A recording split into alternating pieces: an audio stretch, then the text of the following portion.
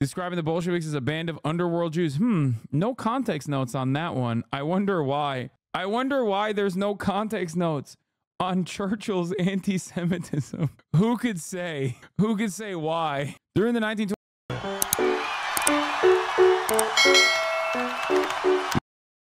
Oh, I forgot about the insane Tucker Carlson guest, apparently. Daryl Cooper may be the best and most honest popular historian in the United States. His latest project is the most of all, trying to understand World War II. Uh-oh. Now, when I hear that from the likes of Tucker Carlson, uh-oh is the first thing I think of. Okay? Uh-oh. Because, like, trying to understand World War II is not the most, like, so many scholars have covered it. Like, so many scholars. There are entire fields of study dedicated to that, for example. Okay? So when someone says, ooh, the truths of World War II, it's like, what are the truths of World War II? One of the most studied wars. Uh-oh. Oh, that's awesome. I wonder what those hidden truths are, Tucker. So I don't really know. I don't really know what this conversation is about, but I can guess. Which Elon Musk responded with, very interesting, worth watching. Elon Musk deleted his tweet saying a podcast with Tucker Carlson and Daryl Cooper offering excusatory narrative for calling, while Winston Churchill, the chief villain of World War II, was very interesting, worth watching. So here's the thing. I hate Winston Churchill, okay? And he was straight up himself, but for like Indians, right?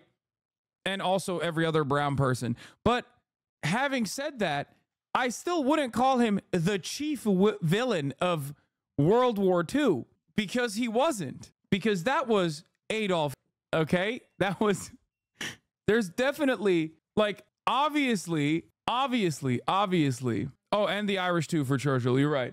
Obviously, there was a lot of bad guys who happened to be on the right side of history during World War II, okay? But there was one big bad guy who was just worse than them all.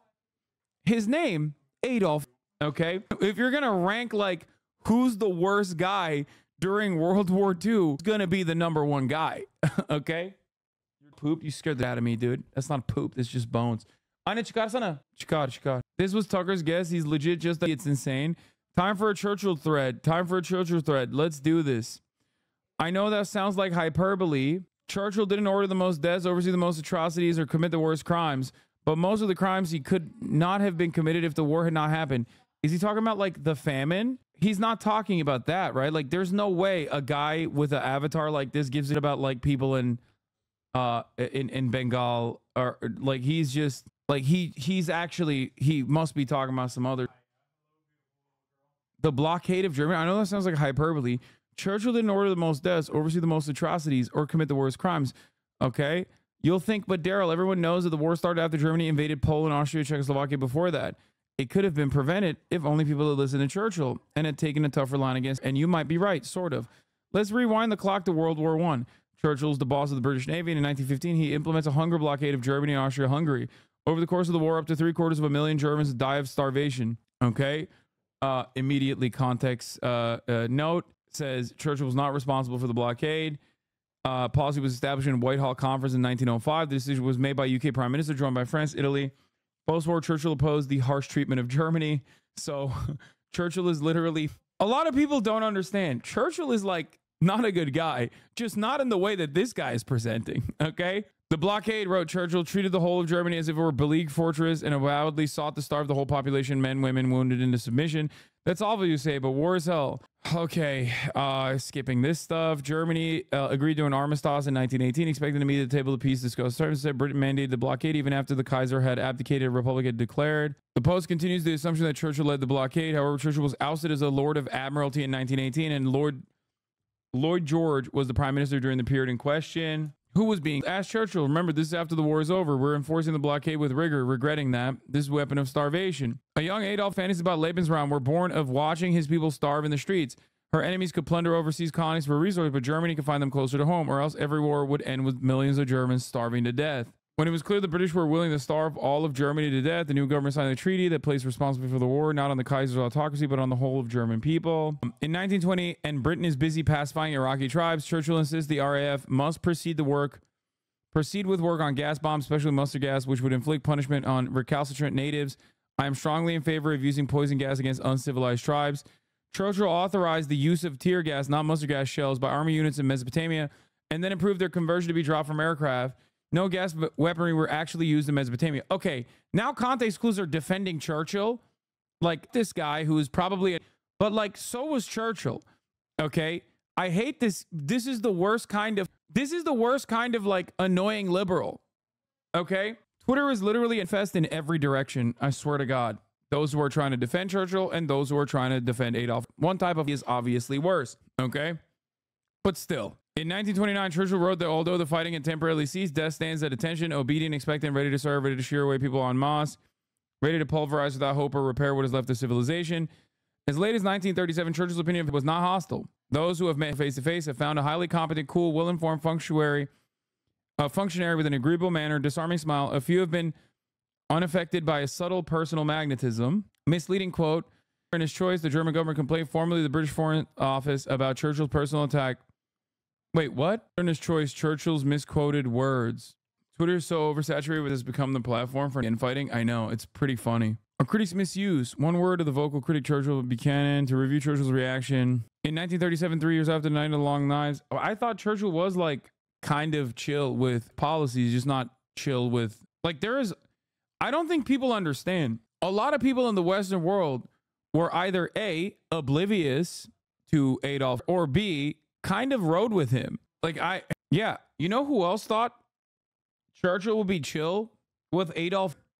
Adolf, like literally, Adolf was a massive Ameriboo and a Westaboo in general. Like he was definitely big time, like not necessarily anti-English by any means. But beyond that, obviously FDR, not exactly a big fan of Adolf. Okay, so there's that. But notice the Buchanan list, even though the book placed in 1937 somehow Churchill's ignorance and towards the seriousness of, yeah. You know who else was a big fan of Adolf? Henry Ford. Henry was also a fan of Henry Ford, vice versa. I mean, there were, what's the general? I forget his name. The one that said we fought the wrong enemy in World War II or whatever. Like there's a lot of guys. Okay, yeah, Patton. There's a lot of guys who were like, you know, this guy, he's got some good ideas. Okay.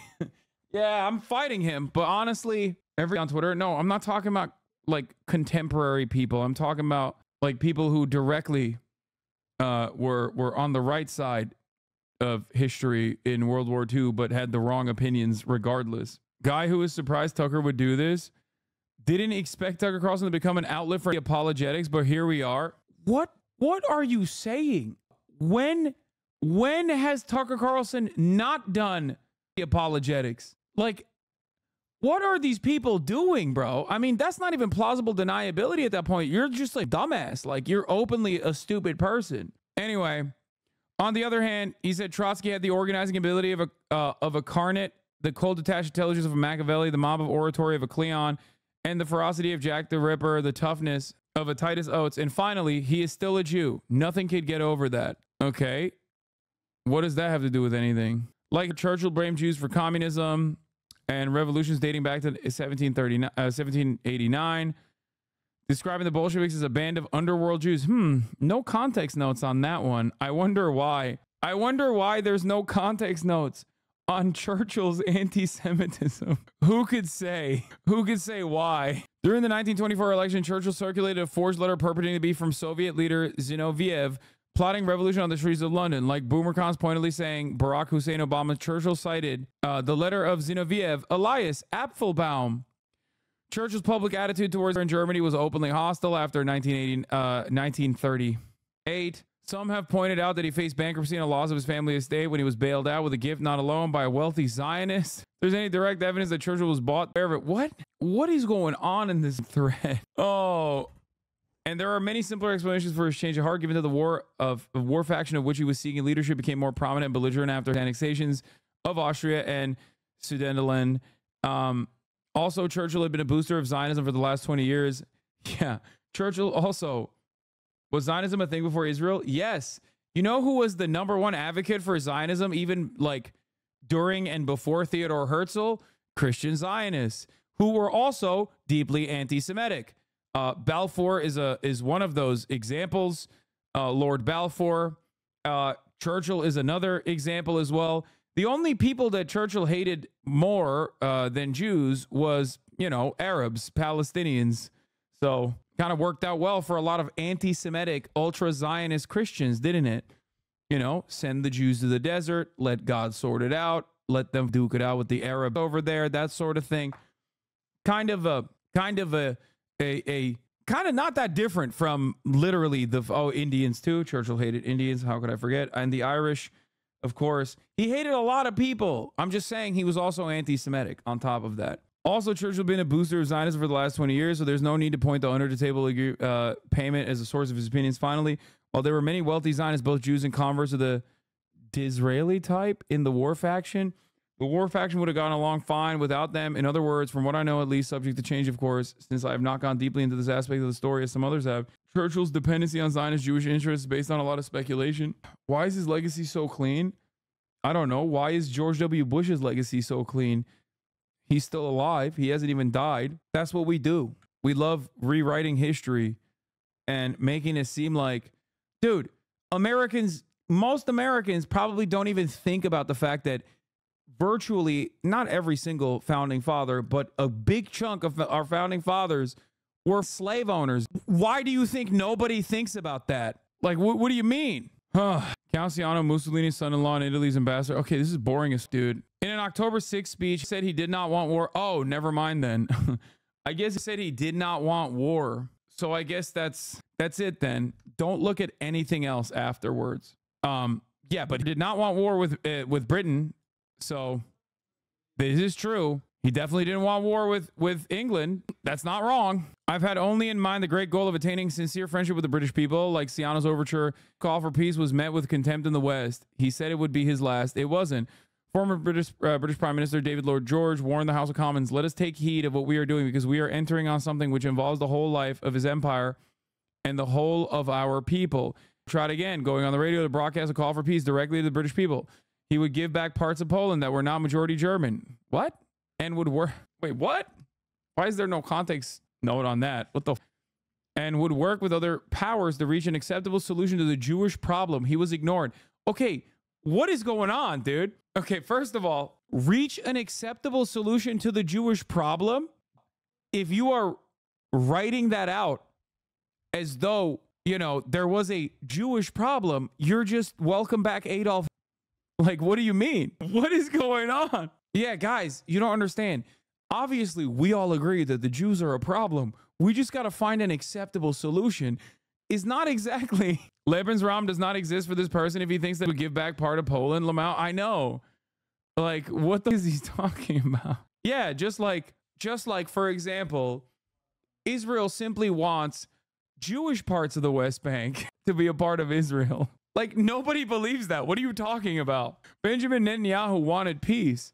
He just wanted a solution to the Palestinian problem. Like, what? He wanted an acceptable solution to the Palestinian problem. Oh, got it. Okay. That's crazy. In January 1940, the reason why I'm making comparisons to Israel is, one, because obviously Israel has a lot of fascist style politics, but also because someone in the chat said this guy also did like a long and I guess well thought out like series on Israel. So once again, showcasing that like the smoke that you have for Israel, you don't have for Germany. So maybe the smoke that you have for Israel is not about like ethno-nationalist supremacist sentiment, but the fact that it's Jews that are doing it. You have a problem with, you know, Jewish people that are doing it, and not necessarily like the principle of ethno-nationalist supremacist apartheid and you know, this is why I always say like fascists, both neo who are anti-Semitic and also fascists who are pro-Israel, sometimes Jewish, other times not Jewish, regardless of what their background is ethnically, religiously, they still have the same goals, just the enemies are different and the in-group is different. But the goals still remain the same. I have an issue with the goal of ethno-nationalist supremacist attitudes and ethnic cleansing. I don't care who's doing it. I don't care if it's like Jews doing it or Germans doing it for folk. I don't care who the enemies are in that situation as well. I just think that the framework is fraught and also is disastrous and incredibly bloody, you know, because I'm an anti-fascist and not an anti-Semite. Let's continue. What if gay communists were going after the whites? Okay, then I would be on board with that. What if it was the Ottomans trying to reclaim previous lands? On board with that too. In 1940, Noam Goldman, World Jewish Congress, said that if the war in Europe goes on for another year, 1 million of the 2 million Jews in Poland will be dead of starvation or by persecutors. This gets close to the heart of my Churchill criticism. My contention is not that the Third Reich was peaceful or that Germany did not Jews. Germany dishonored itself by its conduct on the Eastern Front. What kind of revisionism is this? He's like, listen, it was really up because they dishonored themselves. It was a few bad apples. My contention is that the war was not inevitable, that in fact almost no one but Churchill's faction wanted it, and that the atrocity. So the problem is, it's not wrong that Western capitalists, yes, early on, did not want a war with Germany. There was a period of appeasement. Okay, like that's true. And if you ask liberals, they'll constantly talk about the appeasement of one side, Stalin, to be like, remember Stalin conducted a deal with Germany in an effort to like parse out pieces of Poland, and like you know, they're the real evil in this situation. And it's like, again, both sides of this revisionist history operate on the same principles that like dumbass pro-Confederate Republicans operate on when they turn around and say, oh, well, the Republicans, Abraham Lincoln was a Republican actually, sweetie, so Democrats are the real. It's like, dude, a lot of history has happened since then. Just like the main thing happened after the period of appeasement, both from the West and from the USSR, okay? You can't literally talk about appeasement and not talk about what came after, because what came after is far more consequential. What the atrocities against mass murders of Jews, Roma, disabled people, LGBTQ people, etc. by the regime began as early as 1934. The Nuremberg Laws codified this terror act campaign in 1935. They were not the result of England declaring war in 1939. Yeah, this I think is not only supportable, but also as close to provable as historic counterfactuals can get. Let's continue. Phase calls to commence strikes of retaliation for the hunger blockade but resistance. In January, Churchill publicly wondered why England had not yet been attacked from the air. Is it that they are saving up some orgy of frightfulness which will soon come upon us? March 1940, during an attack on docked British warships, the German bombed the British civilian. The feeling among British leaders was that it had not been deliberate, but 50 warplanes were sent to retaliate, some astray, and landed in Denmark. Churchill, now Lord of the Admiralty, called for and commenced the mining of Norway's harbors, an illegal act of war against a neutral country to prevent critical exports to Germany. Prior to March 1940, Germany had no plan to invade Norway, but now ones were drawn up. Context says Germany was planning for the invasion of Norway beginning of January 1940. As Norway lodged legal complaints against Britain, Germany took more forceful action to seize Norway with minimal resistance. Churchill and British leadership was stunned. British forces attempted to invade Norway, but were easily repulsed by the Germans. On April 12, British bombs fell on a German rail line far away from any war zone, drawing a German protest. A week later, the British bombed Oslo, the capital of occupied Norway. Again, British planes attacked an undefended town in Germany and was warned that although the Luftwaffe was under orders not to attack civilians, bombs will be repaid with bombs if the British continue bombing non-military targets. They had already started bombing beforehand, like civilian areas, so that's false. It was Churchill's actions that led to the seizure of Norway, and he became obsessed with retaking. General Ironside complained that Churchill wanted to divert troops from every other place, but that he is so like a child in many ways. He tries a thing and then wants more of it.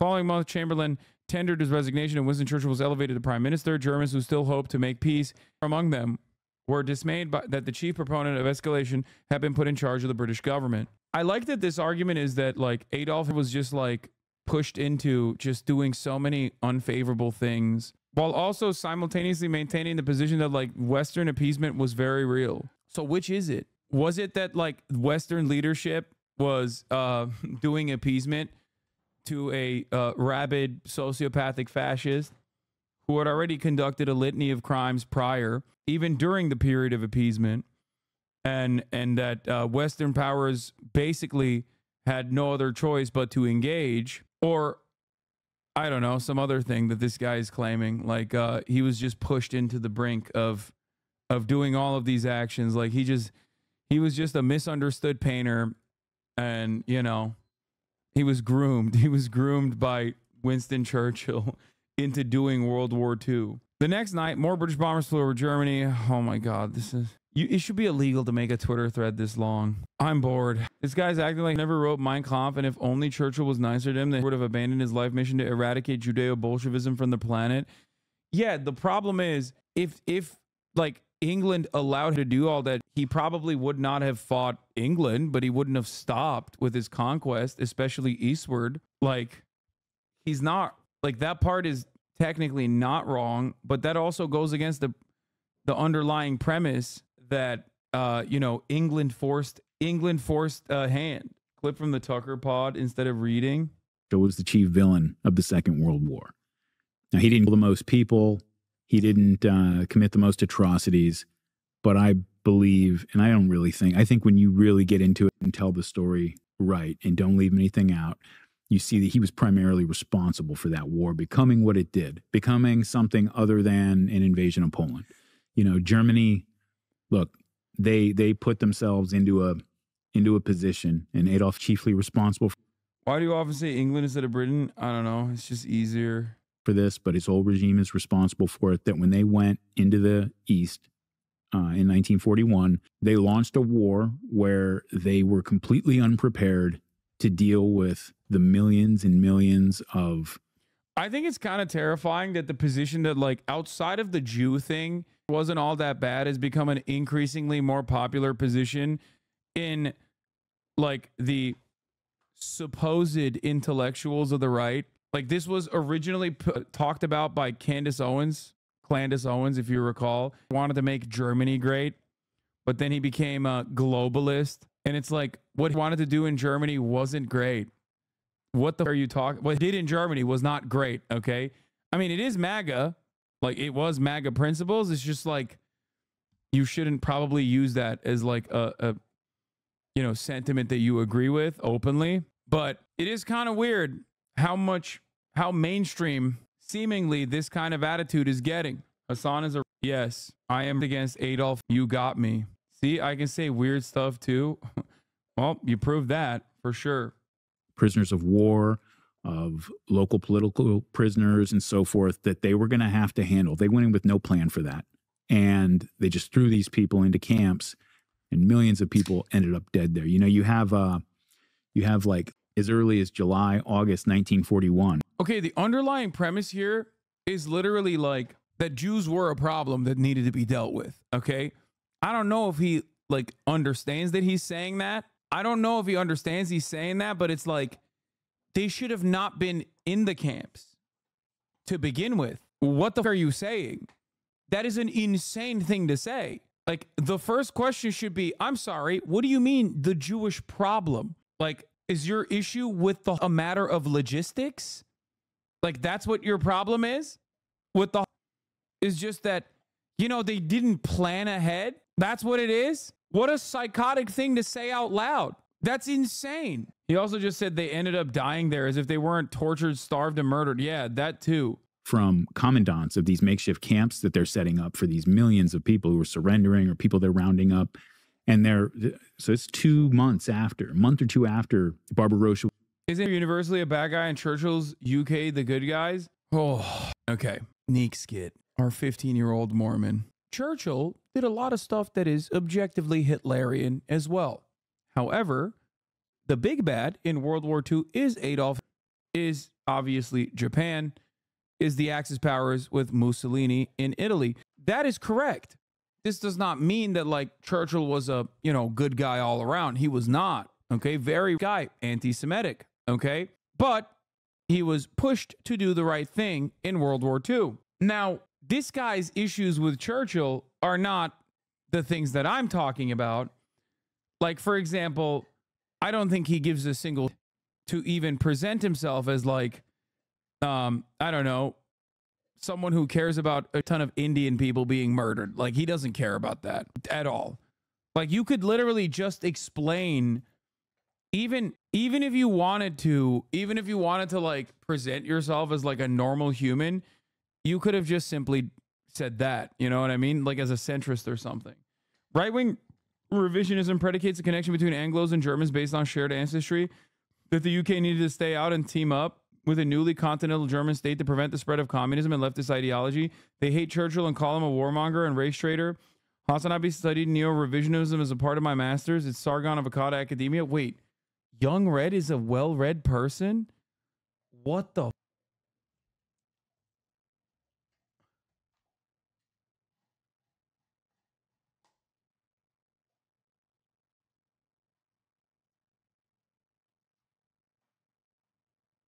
You have a master's? Oh my God. Look at this dumbass's logs before this. Okay? You need to understand something. Like, constantly spamming. Damn, she got zero charisma. Absolutely swagless. Keck, wait. Who was the sexy white skateboarding guy that wore a dress? He was like from Texas or something. They should have ran him. He's talking about Beto O'Rourke. Like, yo, they're giving masters to anybody out here. This is probably an ignorant thing to say, but as a boomer turning 30 soon, I feel like it correlates with the rise of popularity in anime as well, which portrays minors in risque situations, communities, and normalize it. Back in my day, we were about MILFs with big old Pam Anderson Magumbos. At HasanAbi, better times, Sag. 1517, Kek Kebab. Turk Primacy, Kek Kebab. Gallipoli, Kek Kebab. Derner, HasanAbi. NATO Bad Boys, Easy, Turk Varmi. What the dude? He went from big honking Magumbos to neo-right-wing revisionism predicates a connection between Anglos and Germans based on shared ethnicity, that the UK needed to stay out until the end and team up with a newly continental German state to prevent the spread of communism and leftist ideology. They hate Churchill and call him a warmonger and race traitor. At HasanAbi, studied neo-revisionism as a part of my master's. It's Sargon of Akkad academia. That is, what is going on? What the is happening? For those of you who don't know, that's code switching. I finished my master's in the next fall, Keck W. Anyway, I didn't know it was like that. But let me tell you something, okay? I mean, he's clearly more knowledgeable than I. I can't believe this is a thing that I'm saying. But Young Red 95 is clearly more knowledgeable than I am. I'm also the guy that has a small wiener and a big truck and take jujitsu to make me feel okay about it from Car Talk. No, I know. Anyway, the point is, I see this and I find it to be rather alarming because the original principle was like the double theory, right? The double, which was revisionism by a different name. Like, oh, the USSR also did and they're communists and they're bad. That's how you open the door to like revisionism and also allegiances to fascist ideology. You open the door by saying, well, you know, we're fighting the enemies of fascists. And that's precisely what America did, as a matter of fact. Post-World War II, with the Marshall Plan and with NATO, that's precisely what they did in Western Europe specifically, where they literally were like, who are the greatest of communists, trade unionists, and socialists? Oh, those are the fascists that didn't die in World War II. So then, slowly but surely, you build out your allegiances. You create a network of international fascist cells that you never really fully recognize or see as an enemy ever again post-World War II. And then you focus on the real enemy, right? Communism. And that's precisely how liberals have operated. And now we are finally reaching the final chapter of this this weird, well, not weird, but like this important alignment. What is this guy saying? Murat, kapıyı touch. Murat, go quick. You can't open the door. Oh, wait, I opened it. Never mind.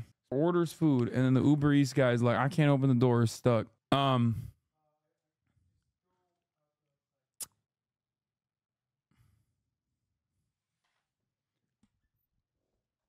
But now we are arriving at like the last stage, the final chapter in this like revisionism, where they move past like, well, the socialists were bad too, to just being like, no, the socialists are the only evil.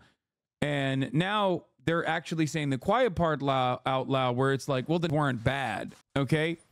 That's how it starts. It starts with, well, the socialists or the communists were bad too, to the communists were actually worse. Black Book of Communism. That is the historical text. I'm putting that in air quotes to say that it's like the communists were actually worse after all the 100 million people, right? And then we move on to the final chapter, which is, well, they weren't as bad as communists too. Well, they weren't bad at all. And that's where we're at now, okay? And you saw some examples of this recently before October 7, when the Canadian Parliament literally had an actual like Galicia division, foreign legion for the SS, Ukrainian get a standing ovation. It's a terrifying prospect because, you know, if you look hard enough and you unmask someone who is an anti-communist, you are inevitably going to find, not surprisingly, a fascist, okay? Like our most pro-Israel media company in Germany, Axel Springer, Hamas are worse than they felt regret in their murder. Yeah. And then retweeting Elon's anti-Semitic in the same breath. Yeah, no, that's saying Hamas are worse than they felt regret in their murder is just apologia. Okay? That's it. I don't do the inverse of that either. I don't say like, oh, Israelis are worse than them either. I don't say that either. Okay? Some people do. I don't like that either because I think that that is a gross thing to say. All right? That's it. I worked at a museum and you couldn't believe the number of like this coming in and unknowingly defending because history, revisionism, and a failure to understand basic geopolitical analysis is always the, well, I heard that wasn't actually true, people. How the f are you a denier or revisionist and you go to the museum? What the f? That's kind of funny. Marjorie Taylor Greene. They're like, oh, I'm here to learn about this fake thing that didn't happen. What the f? Doing their own research. They go there to argue? That is insane. Oh. Jesus Christ. It was launched. And they're writing back to the high command in Berlin saying, we can't feed these people. We don't have the food to feed these people. And one of them actually says, rather than wait for them all to slowly starve this winter, wouldn't it be more humane to just finish them off quickly now? Oh, it was the humane. Launched. The final solution was the humane one. I didn't even see he got more unhinged. After and they're writing back to the high command in Berlin saying, we can't feed these people. We don't have the food to feed these people. And one of them actually says, rather than wait for them all to slowly starve this winter, wouldn't it be more humane to just finish them off quickly now? I think you should go to jail. Like, I don't know. For any reason. Maybe that, maybe some other reason. That's crazy. He's talking about the Holocaust. He said, the humane thing to do once you have enslaved like 12 million people, 6 million Jews, like once you've enslaved them and trapped them in the concentration camps and you're slowly torturing them to death, the more humane thing to do is instead of feeding them is to just kill them all like a mercy.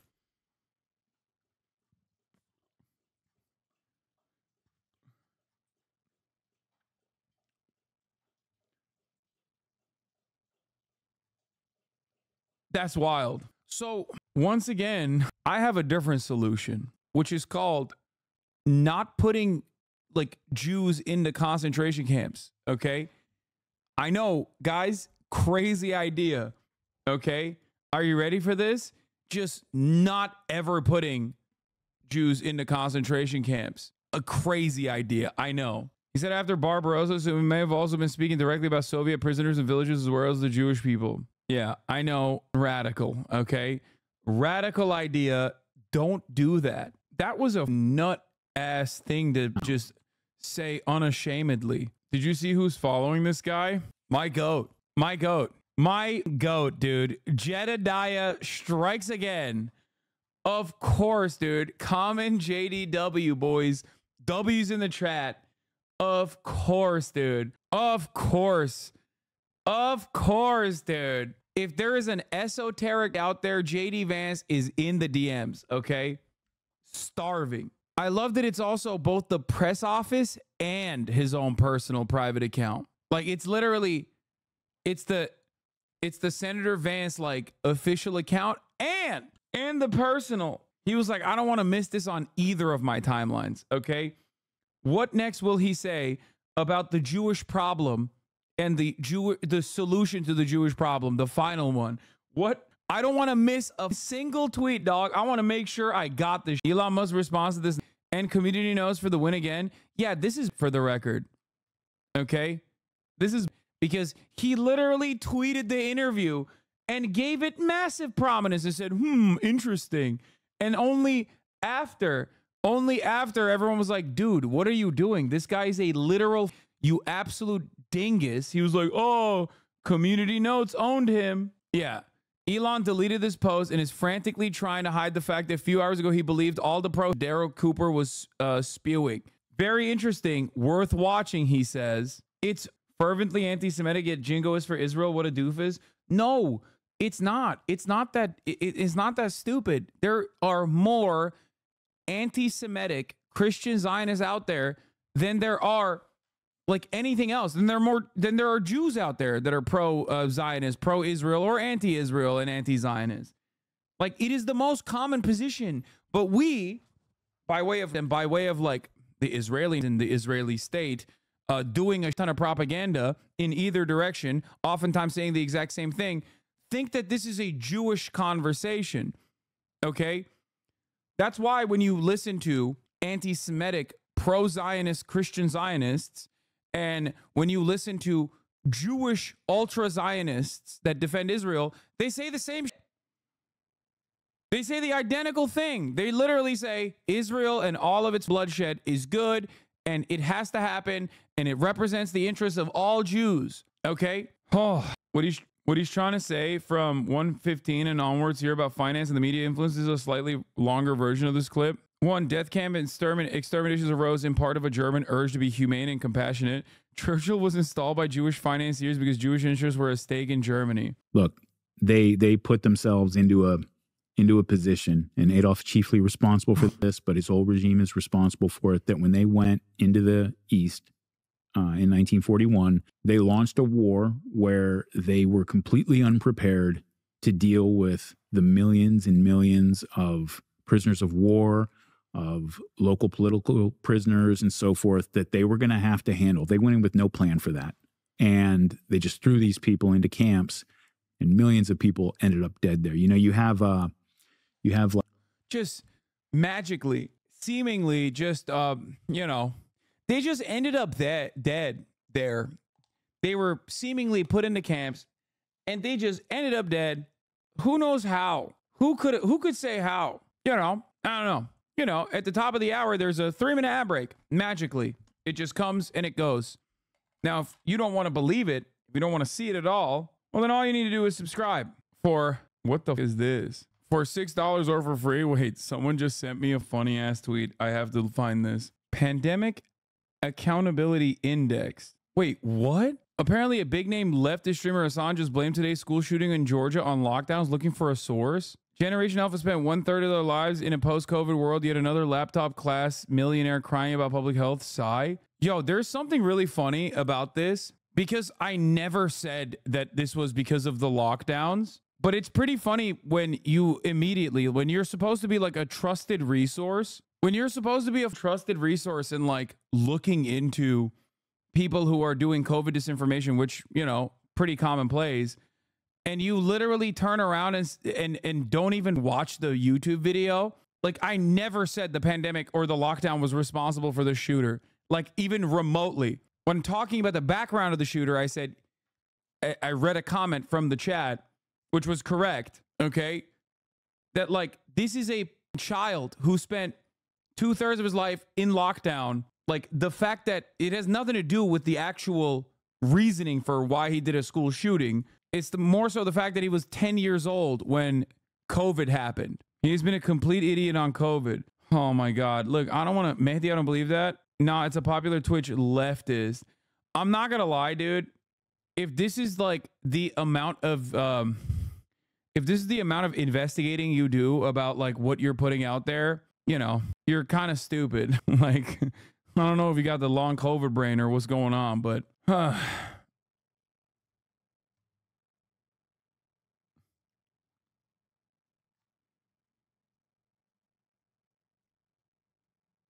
Why do chatters link you random haters? No, it's not a random hater, and it's not a chatter who linked this to me. It's one of my normie friends. I want to know what the sauce is. Hold on. If a child was born in 2010, has spent over 1/3 of their life in a COVID, post-COVID world. Yeah. I mean, people are like, oh, how could this have happened? Like, he's 14 years old. He's so young. And it's like, what do you mean? Open your eyes, dude. Like, this is the most American thing. It is actually shocking when it doesn't happen all the time. We have had, it is so American to do a school. It is so ingrained in our DNA at this point, especially as a consequence of the mass availability of weapons, that we had a trans, okay? Like, do you understand how commonplace it needs to happen? How commonplace of a thing this is, that there is a trans person that did a school, okay? Like, that's how American this is. No, they highly edit it and they have to like silence school shooting. But regardless, the video, even with the weird jump cuts, does not actually prove the point that this dumbass is trying to make. I think he just literally key searched the transcript for lockdown and then just posted it, which is so unimaginably stupid. Like, you didn't watch 30 seconds more